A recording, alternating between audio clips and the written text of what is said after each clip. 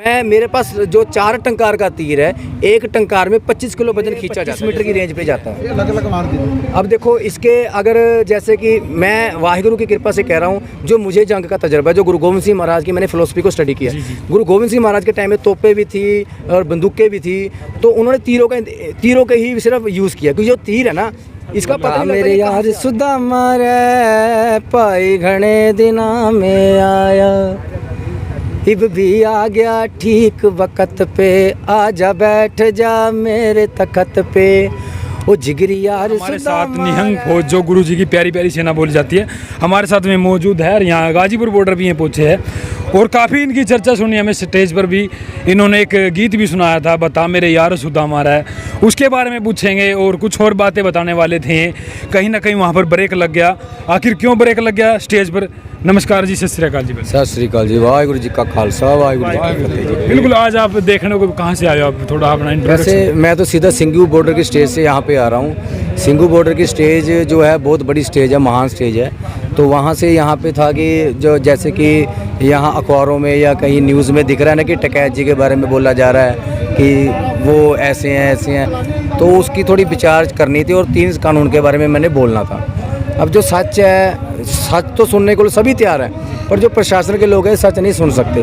प्रशासन के लोगों में कुछ अच्छे लोग होते हैं जो सच सुनना चाहते हैं, पर कुछ डुप्लीकेट लोग होते हैं, जो कुछ आरएसएस के बंदे कह लो या कुछ एजेंसियों के बंदे कह लो, वो इस चीज़ को बर्दाश्त नहीं करते, क्योंकि उनकी रोजी रोटी ख़त्म हो रही है।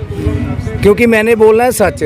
संविधान के 34,556 कानून जब बने थे, इतना बड़ा ग्रंथ बना हुआ है, उसको स्टडी करने में कम से कम 6 से 7 साल लगे हैं। उसके बाद उसके 395 आर्टिकल है, उसको काट के 3,756 कानून बनाए गए हैं। सभी 1000 में से 100 कानून लिए गए हैं और वो कॉन्स्टिट्यूशन की छोटी सी किताब बना दी है, 3,756 कानून की किताब बना दी है। पर है तो सारी ब्रिटिश लॉ है ना ये। 1757 में जो अपना रॉबर्ट क्लाइव था, उसने ये संविधान, जो पहला राष्ट्रपति था इस हिंदुस्तान का जब अंग्रेज़ों का राज था, तो उन्होंने संविधान की तैयारी शुरू कर दी थी बनानी। 1801 में भगत सिंह जैसे और शूरवीर योद्धाओं को, वो जब उनके पिताओं को पता लग गया था कि ये सिस्टम इतना ज़्यादा ख़राब हो गया, तो 1801 में बगावत शुरू हो गई थी, 1 जनवरी 1801, ठीक है। तो जब बगावत शुरू हुई, बगावत शुरू होने के बाद वहाँ पे क्रांतिकारी पैदा हो गए, क्रांतिकारी मिसलें पैदा होगी। क्रांतिकारी मिसलें पैदा होने के बाद फिर धीरे धीरे ये तनाव बढ़ता गया। फिर अंग्रेज़ों को पता लग गया कि ये अब जो है ना, इंडिया को हमें छोड़ना पड़ेगा। 1857 में जो लास्ट हमारा प्रेसिडेंट था इस भारत का, इंडिया का, वो था अपना लुइस माउंटबेटन जो लास्ट था। उसके बाद इन्होंने देखा कि 1947 को और 1947 को उनको पता लगा कि अब ये हमें छोड़ना पड़ेगा देश। उन्होंने 1947 के बाद इस इंडिया में से नेहरू को चुना, नेहरू और जिन्ना को चुना। इन दोनों को उन्होंने संविधान की कॉपी सौंप दी और प्राइम मिनिस्टर बना दिया।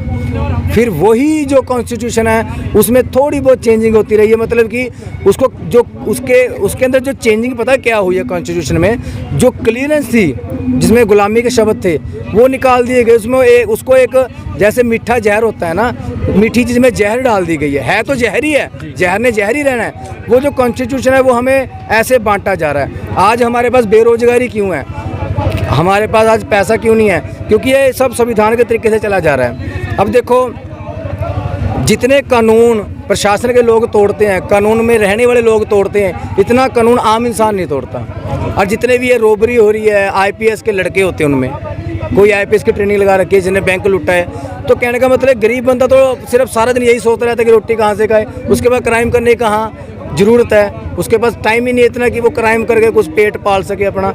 अब यहाँ पे यही चीज़ें मैं खोलने लगा था, क्योंकि यहाँ की जो स्टेज है, यहाँ की स्टेज में थोड़ा सा कहीं ना कहीं प्रशासन का डर ज़्यादा है। और हमारे सिंघू बॉर्डर में यहाँ पे वहाँ पे नांग सिंह बैठे हैं, यहाँ पे 100-150 नांग सिंह आना चाहिए। यहाँ पे 100-150 नांग सिंह आएगा तो यहाँ की जो अच्छी बातें हैं, जो हमें जानकारी है, वो सब तक पहुँचनी चाहिए। हमारा संविधान ही गलत है। मैं हर वीडियो में यही बोलता हूँ, पूरे वर्ल्ड में से कोई एक बंदा जिसने संविधान के ऊपर पीएचडी कर रखी है, वो मुझसे बैठ के बात करे और संगत के बीच में बैठ के, पब्लिक के बीच में बैठ के बात करे, मुझे कॉन्स्टिट्यूशन के ऊपर डिबेट करे। अगर मुझे वो हरा देता है तो मैं अपने घर चला जाता हूँ। और दूसरी बात, मैं कोई भी विचार करूँगा, कोई भी डिबेट करूँगा, वो पब्लिकली करूँगा, ये नहीं कि दरवाज़ा लगा के बंद कमरे में चल रहा है। तो इसलिए ये मैं चाहता हूँ कि आप मीडिया के जरिए, सोशल मीडिया के जरिए सभी को जागृत करो। और VPS कल्की नाम का मेरा एक चैनल है, उसमें मैंने संविधान के बारे में, आने वाली भविष्यवाणी के बारे में सब कुछ बोल रखा है। संत रविदास जी ने बोल रहा है कि भारत में अवतारी होगा जो अति विस्मयकारी होगा, ज्ञानी व वैज्ञानिक होगा वो अद्भुत सेनानी होगा। उन्होंने आने वाले समय के बारे में बोल रहा है कि युग परिवर्तन के लिए चलेंगे प्रबल तूफान, युग परिवर्तन के लिए होगा आवाहन, देश बचाने के लिए होगा आवाहन। बिल्कुल। तो मैं बात यहाँ पर रोकूंगा। आप कह रहे हैं संविधान गलत है, तो क्यों आपको लगा कि आज तक तो हम संविधान का आदर करते हैं? क्योंकि हमारा देश इस संविधान के अनुसार ही चलता है। देखो हम जो आदर कर रहे हैं ना, हमारे लोगों जैसे कुल्हाड़ी होती है ना, कुल्हाड़ी का एक बड़ा फेसबुक पे बड़ी अच्छी बात आई थी, कह रहे कुल्हाड़ी के जो वो पेड़ काटती है तो कुल्हाड़ी से पूछा भी, पेड़ ने पूछा भी तुम्हें दर्द नहीं हो रहा? कह रहे दर्द इसलिए नहीं हो रहा, जो कुल्हाड़ी के अंदर जो दस्ता है ना वो लक्कड़ का है, वो मेरा ही है जी। तो इसलिए हमें जो गुमराह लोग कर रहे हैं, हमारी जो हमारे अच्छे लोग थे, इंडिया के अच्छे लोग थे, जैसे भीमराव अंबेडकर जी बहुत अच्छे इंसान थे, बहुत अच्छे फिलोसफर थे, उनकी फेस वैल्यू को इस्तेमाल करके ये संविधान उनके ऊपर थोपा गया है। 1952 में भीमराव अंबेडकर जी ने बोल दिया था कि मैं संविधान को जला सकता हूँ, ये मेरा संविधान नहीं है। उस बात को वो कर दिया था, अपना अंडरग्राउंड कर दिया था। अब सुभाष चंद्र बोस जी को पता था, उन्होंने अपनी आज़ाद सेना बना ली थी। वो इसलिए बनाई थी नौजवान सेवा, क्योंकि उनको पता लग गया था कि सिस्टम खराब है। जो क्रांतिकारी हुए हैं इन लोगों ने उनको ख़त्म किया है। क्यों? क्योंकि देश आज भी गुलाम है यार, आज भी तुम गुलामी हुआ, मुझे सच बोलने नहीं दिया और उतार दिया, ये गुलामी की निशानी है भाई। बिल्कुल बिल्कुल सत्य। सो इसलिए सभी अपनी बातें रखने का अधिकार है, लेकिन कहीं ना कहीं जो है, तो मैं अभी बातें कर लेता हूँ। आपके शरीर पर जितने अस्त्र शस्त्र जो है, किस तरह का, ये अपनी सुरक्षा के लिए या दूसरों की सुरक्षा के लिए, या किसी को क्या? देखो, ये हमेशा जो सिख होता है वो अपनी सुरक्षा तो करता ही करता है, और दूसरों की सुरक्षा उसके लिए पहला नियम है। अगर आप लोग बैठे हो, मैंने अब 3 से 4 साल तीरंदाजी की है, अभी आप लोग को सामने मैंने निशाना लगाकर दिखाया आपको, इससे ऊपर भी टंकार के तीर पड़े हैं। अब जो पुलिस प्रशासन है, मैंने अपना एक्सपेरिमेंट बता रहा हूँ, वो आंसू गैस का गोला गिरेंगे आपके ऊपर जब आपको भगाएंगे, उसका आंसू गैस का गोला जो है वो 40 फुट या 40 मीटर की दूरी तक गिर सकते हैं। मेरे पास जो 4 टंकार का तीर है, एक टंकार में 25 किलो वजन खींचा जाता है। जैसे ये तीर है, इसकी जो ऐसे हम खींचेंगे ना, इसको खिंचाव है, 2 उंगलियों से हमने 25 किलो खींचेंगे तो उसको एक टंकार बोला जाता है। ये 2.5 टंकार का तीर है, मतलब कि ये 50 मीटर की दूरी पे स्टिक बार करता है। अच्छा।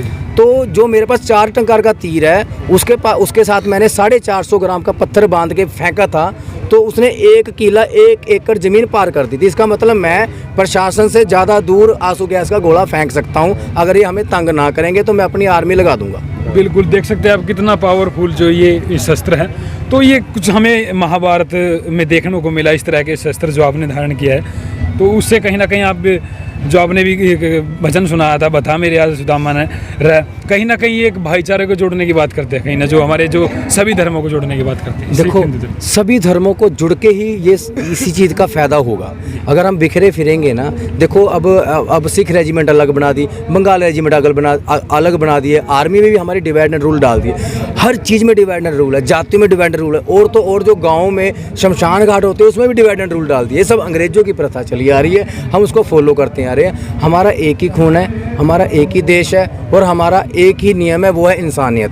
हम इंसान बन जाएंगे तो हमारा कोई धर्म नहीं है, हमारा इंसानियत ही सबसे बड़ा धर्म है। हमें एक दूसरे से प्यार करना चाहिए, एकजुट रहना चाहिए। जब हम एके में आ जाएंगे, एकजुट हो जाएंगे, जो हमारे पूर्वज करके गए, जो रामचंद्र जी करके गए हैं, जो कृष्ण जी करके गए हैं, जो गुरु गोविंद सिंह महाराज कर गए हैं, अगर हम उनके नियमों पे चलेंगे तो हम हमेशा खुश रहेंगे। अगर हम सरकार के संविधान पे चलेंगे तो आज नहीं तो कल हमारी मौत पक्की है। बिल्कुल, आप भाई काफ़ी अच्छी बात बताई है। और मैं अपनी बात करूँगा, आपके साथ ये खोकी कितने जने आए आप? कितने? मेरे साथ कुल, ये मेरी फैमिली, ये मेरे बड़े भाई साहब हैं, ये मेरी वाइफ है, और ये मेरी छोटी सिस्टर है। ये ऐसे मैं पूरी फैमिली को लेकर आया हूँ, कोई सिक्योरिटी गार्ड तो भी लेकर नहीं आया मैं। जब मैं पूरी फोर्स के साथ आऊँगा, फोर्स की जरूरत हमें तब पड़ेगी, क्योंकि देखो जो पुलिस प्रशासन है ना, मैं इनके खिलाफ नहीं हूँ, क्योंकि ये भी किसानों के बेटे हैं सभी। जो उसके बीच में जो नकली पुलिस है, उनसे मुझे थोड़ा सा गिला ये है कि उनके लिए मैंने अपने आप को तैयार कर रखा है। क्योंकि आप देखिए, सभी को सोशल मीडिया का ज्ञान है, सभी देख रहे हैं कि नकली वर्दी पा के उनके पास नंबर प्लेट भी नहीं होती, वो मार रहे हैं, वो जो असली बंदा वो खड़ा देख रहा है। क्योंकि उनको पता ही नहीं है। क्योंकि जब कहीं आर्मी में जब अब एसएसपी की मीटिंग हो रही होगी तो वहाँ पे एसएचओ ही बैठेगा, एएसए नहीं जा सकता, वो गुप्त मीटिंग चल रही है। वैसे ही आर्मी में होता है, अगर कमांडर ब्रिगेडियर कोई किसी कहीं कूच करने की, कहीं फोर्स भेजने की मीटिंग कर रहा है होम मिनिस्टर के साथ या किसी के साथ, वहाँ पे जो हवलदार उसको वहाँ एंट्री नहीं है। सो इस चीज़ को आप समझिए, ये सब गुप्त चल रहा है, गुप्त सीक्रेट मिशन चल रहे हैं। इवन कि हमारी आर्मी को भी नहीं पता, हमारी पुलिस प्रशासन को भी नहीं पता हमारे साथ क्या हो रहा है। आने वाले टाइम में ये हमें डंडे मार के गुलाम बना रहे हैं, पर एक दिन ये याद रखें कि इनकी बहू बेटी को भी सरकार गुलाम बना देगी, ये बात याद रखें। बिल्कुल। तो एक लास्ट क्वेश्चन मेरा ये है, जो आपने शस्त्र और ये बाण जो आपने घाल करके, इसके पीछे कुछ पंख भी है, तो आप एक दिखाएंगे हमारे दर्शकों को? देखो ये जो हमारा, जैसे मैं दिखाता हूँ आपको, अब ये तीर है, देखो नहीं कोई नहीं, ये तीर है, ये जो तीर है ये 25 मीटर की रेंज पे जाता है।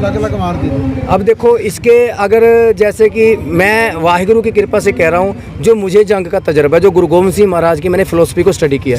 गुरु गोविंद सिंह महाराज के टाइम में तोपें भी थी और बंदूकें भी थी, तो उन्होंने तीरों के ही सिर्फ यूज़ किया। क्योंकि जो तीर है ना, इसका पता नहीं लगता ये कहाँ से आ रहा है। गोली का पता लग जाएगा यहाँ से वार हुआ, वहाँ पे इसकी सिर्फ जब ये बजेगा ना तो बंदा उल्टा होके गिरता है इससे, तो इसकी दिशा नहीं पता लगती। इसलिए तीर जो है ना ये हवा की दिशा से चलते हैं, और इनका कभी वार, जो गोली है, जो 3&3 की गोली है, उसका जो निशाना स्टिक नहीं होता। 100 में से कोई 1 या 2 बंदा निशाना स्टिक लगा सकता है। जिसने 3&3 का कोर्स का रखा है ना बंदूकों का, वो बंदा तीर नहीं चला सकता।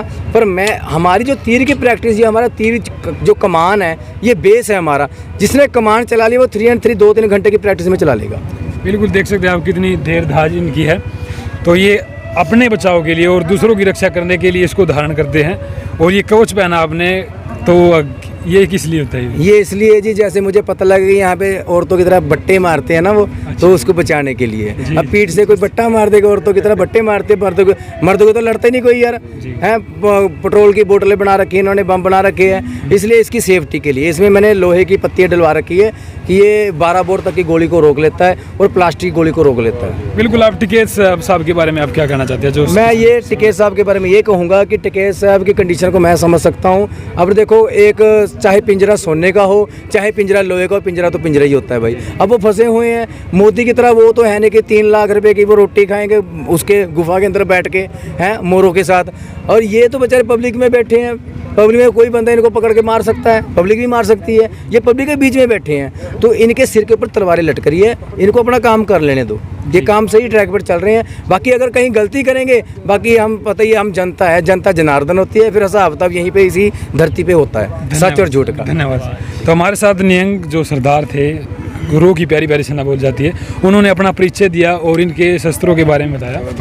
और हाँ, वो गाना, वो मेरे यार सुदामा, 2 शब्द बताए क्योंकि एक बहुत ही अच्छा जो बता मेरे यार सुदामा रे, पाई घने दिना में आया, इब भी आ गया ठीक वक्त पे, आजा बैठ जा मेरे तखत पे, ओ जिगरी यार सुदामा रे, पाई घने दिना में आया।